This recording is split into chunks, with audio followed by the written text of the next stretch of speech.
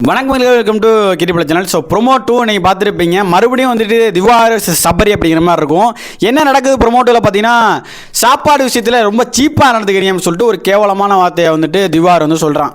எனக்கு ஒன்று புரியல, இவன் என்ன எல்லாத்துக்குமே வந்து ப்ரோவோக்கு, இவன் பண்ணுறது எல்லாமே ட்ரிகரு. ஆனால் வந்துட்டு உடனே அன்புக்காங்களாம் ஒன்றா இருக்காங்கன்னு சொல்லிட்டு நிறைய பேர் சொல்கிறீங்க. எனக்கு சத்தியமாக புரியல. நீங்கள் திவாருக்கு சப்போர்ட் பண்ணுங்கள், ஆனால் கண்ணை முடிட்டு ஏன் சப்போர்ட் பண்ணி எனக்கு சுத்தமாக புரியல. இப்போ இந்த வேர்டெல்லாம் கரெக்டாக சாப்பாடு விஷயத்தில் சீப்பாக பண்ணுறாங்கன்னு சொல்லிட்டு எதெல்லாம் ப்ரொவோக்கிங் வேர்ட், இதெல்லாம் சொன்னால் அவனுங்க ட்ரிகர் ஆகி இவங்க சண்டைக்கு வருவானுங்க. ஏன்னா சாப்பாடு ரொம்ப சென்சிட்டிவான விஷயம். இந்த பிக் பாஸ் வீட்டில் அதிக சண்டைகள் வர காரணமாக இருக்கிறது முக்கியமாக சாப்பாடு தான். அதை வச்சு தான் இந்த ஷோவே மூவ் ஆகும். நிறைய டாஸ்க் வந்து சாப்பாடு ரிலேட்டடாகவே இருக்கும்.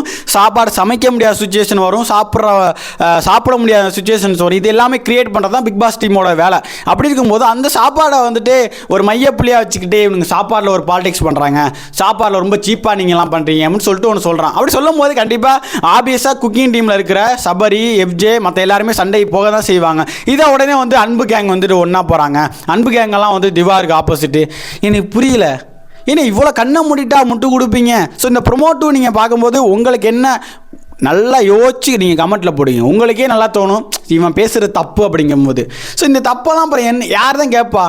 ஸோ இப்போ நீங்கள் ஒரு குக்கிங் டீமில் இருக்கீங்க, உங்கள் வீட்டிலே எக்ஸாம்பிள் எடுத்து நீங்கள் குக் பண்ணுறீங்க, உங்கள் வீட்டில் உள்ள ஒரு ஆள் சாப்பாட்டில் இவ்வளோ சீப்பாக அப்படின்னு சொன்னால் உங்களுக்கு கோவம் வருமா வராதா?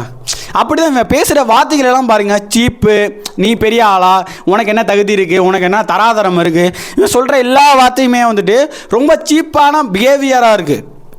அப்படி இருக்கும்போது ரியாக்ட் பண்ண தான் செய்வாங்க. ஸோ இந்த ரியாக்ட் கூட நீங்கள் பண்ணக்கூடாதுன்னா எனக்கு புரியல. இது பிக் பாஸ் ஹவுஸா, இது என்ன அப்படின்னு புரியல. ஸோ இந்த ப்ரோமோ பற்றி உங்களுக்கு என்ன கருத்து இருக்குது அப்படிங்கிறத கமெண்ட் செக்ஷனில் மறக்காமல் சொல்லுங்கள். வாட் அபவுட் திவார் அப்படிங்கிறத மறக்காமல் மென்ஷன் பண்ணிட்டு போங்க. நான் உங்களை நெக்ஸ்ட் வீடியோவில் மீட் பண்ணுறேன். டாட்டா, பாய்.